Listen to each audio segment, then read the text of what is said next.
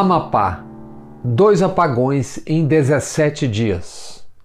Com escuridão, falta d'água, 80 manifestações, fome, caos, aumento na criminalidade. O primeiro apagão atingiu 13 dos 16 municípios do Amapá.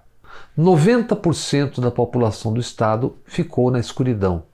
Na mesma área e com a mesma dimensão, o segundo apagão, na noite e na madrugada desta terça-feira agora. E o que disse o Ministério das Minas e Energia? Que depois do segundo apagão, 80% da capacidade do sistema já foi restabelecida. E os outros 20%? Bem, por hora que acendam velas, fogueiras e usem baldes para caçar água.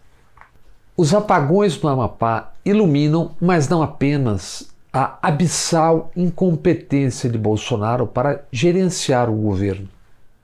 Jogam luzes também sobre o setor privado, o celebrizado uno e invisível o mercado e seus braços financeiros.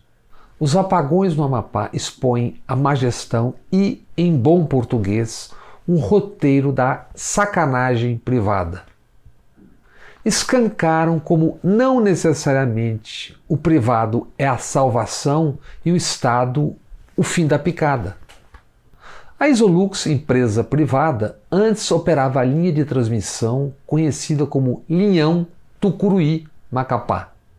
Veio o primeiro apagão agora no início de novembro. E quem diminuiu o estrago da privada e devolveu parte da energia ao Amapá foi uma das malvadas, a Eletronorte, a estatal Eletronorte, que segue no balcão para ser privatizada no pacote Eletrobras, Furnas, etc. Fundos de investimento estão adquirindo posições no setor elétrico brasileiro. Atenção, porque é preciso muita atenção para entender essa orgia que vamos narrar daqui por diante. Sim, porque tem muita transa do privado com o público. Lembrem-se da bacanal narrada a seguir quando ouvirem falar de privatização como se fosse sempre apenas uma ida ao Jardim do Éden. Vamos ao swing. Em 2011, a Isolux, empresa espanhola, chegou aqui sonhando alto. Investir mais de 5 bilhões de reais e, dizia, transferir sua sede para o Brasil. Veio a crise. E a Isolux Corsan Brasil S.A., braço do grupo espanhol Isolux, está em recuperação judicial já há 4 anos. A Isolux criou e depois vendeu a LMTE, Linhas de Macapá, transmissora de energia. Em 2008, num leilão, a LMTE ganhou por 30 anos a linha de transmissão de energia do Pará para o Amapá. No fim de 2019, já quebrada, a Isolux vendeu a LMTE para a Gemini Energy. E a Gemini tem a concessão de 85% dessas linhas de transmissão. Gemini, que por sua vez é controlada pelo fundo Starboard. Controle de 80%. Fundos como esse são especializados em comprar empresas em dificuldade. Há quem chame tais fundos de fundos abutre. Certamente sabem por que atribuir a um fundo de investimentos a denominação necrófaga abutre. A Gemini, que comprou a LMTE da Isolux, tem a mesma filosofia do fundo Starboard. Quer lucro, e lucro rápido. A Isolux, quando dona da LMTE, segundo engenheiros, fez uma obra mal feita na subestação de Macapá, incluindo nisso os equipamentos. Em bom português, e isso serve para qualquer gênero, uma obra nas coxas. Ícaro Chaves é engenheiro da Eletronorte ele me contou o que aconteceu depois do primeiro apagão. O pessoal do Ministério das Minas e Energia ligou para a LMTE, que é da Gemini, e disse: manda seu pessoal e equipamento para recompor o sistema. A resposta nua e crua foi: não temos pessoal nem equipamento. Resultado, lá foi a malvada, a estatal Eletronorte, e fez-se a luz. Esses 80% que estão segurando o Amapá nas últimas horas. Deve levar ao menos mais uma semana para a Eletronorte recuperar todo o sistema danificado. Nesta quarta-feira, ontem, chegou a Macapá um personagem já tornado célebre, o Transformador. Na região, o Transformador viajou com ares de estrela, de Star, mas não o Star do fundo abutre Starboard. Buscado com desejo e sofreguidão, o Transformador foi encontrado em Laranjal do Jari, no sul do Amapá. Enfim, conquistado na subestação Laranjal, o Transformador foi embarcado pelos rapazes da equipe Eletronorte numa vistosa balsa. E assim transportado pelos rios Jari e Amazonas, sob vistas do noticiário que narrava: são 30 horas de viagem, pesa 200 toneladas, ele, o Transformador, está chegando. Agora a Eletronorte vai colocar o Transformador na subestação de Macapá. Subestação essa muito frágil, ficou abatida, toda esfogueada pelo calor a partir da ação e efeito de um reles raio. Imagine uma estação de energia cujos equipamentos e para-raios não suportam raios. Sim, laudos à parte, o incêndio se deveu também a um raio, atestam engenheiros. E agora ele, o Transformador, viu-se obrigado a abandonar o Laranjal do Jari, mas não ficará solitário. Marcos Pereira pediu compreensão. Disse: ela tem uma fragilidade, ela é real, mas ela tem feito muito esforço. Ela vai enfrentar com transparência, é preciso paciência. Ela, nesse caso, é a CEA, a Companhia de Eletricidade do Amapá. E Marcos Pereira é o diretor-presidente da CEA, a que entrega toda a energia que recebe. Ela, a CEA, e ele, o Transformador, depois de encaixados, irão produzir muita energia. Concretizado o encontro, terão a tarefa de iluminar e embalar as noites do Amapá depois de tanta escuridão, tanto frenesi e caos. Mas não estarão a sós.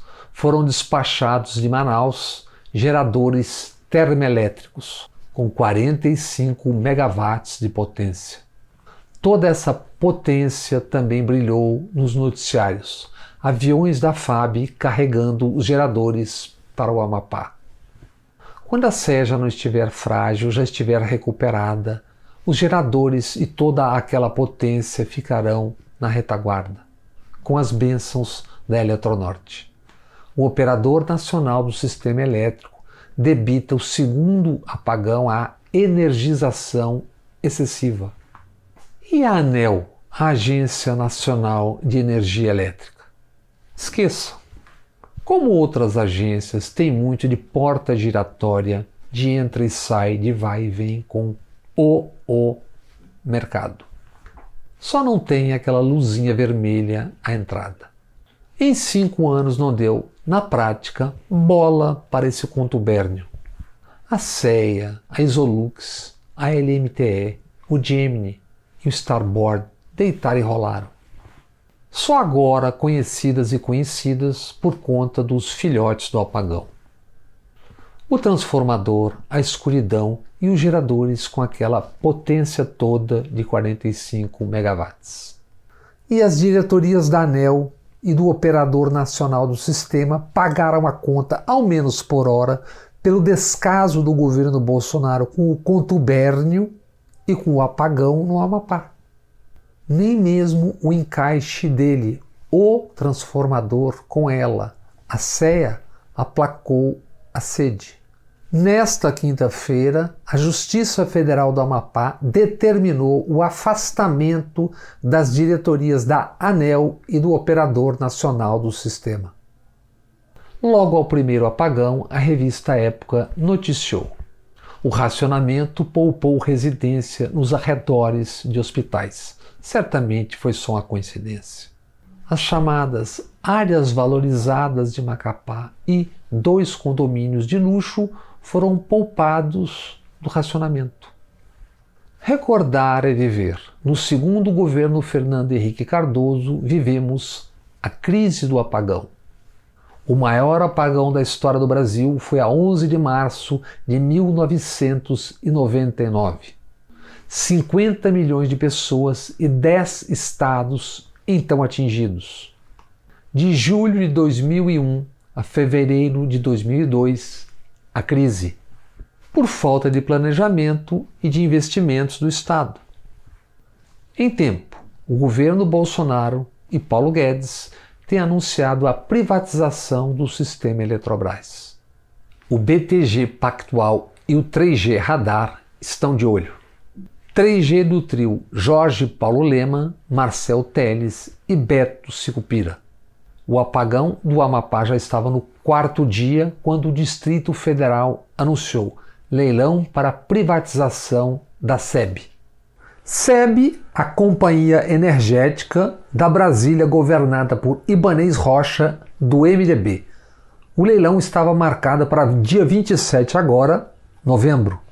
Mas um apagão é ruim para os negócios. Como o Amapá pode não estar de todo clareado até o dia 27, remarcaram para 4 de dezembro. Há casos em várias áreas que privatizações são necessárias e bem-vindas.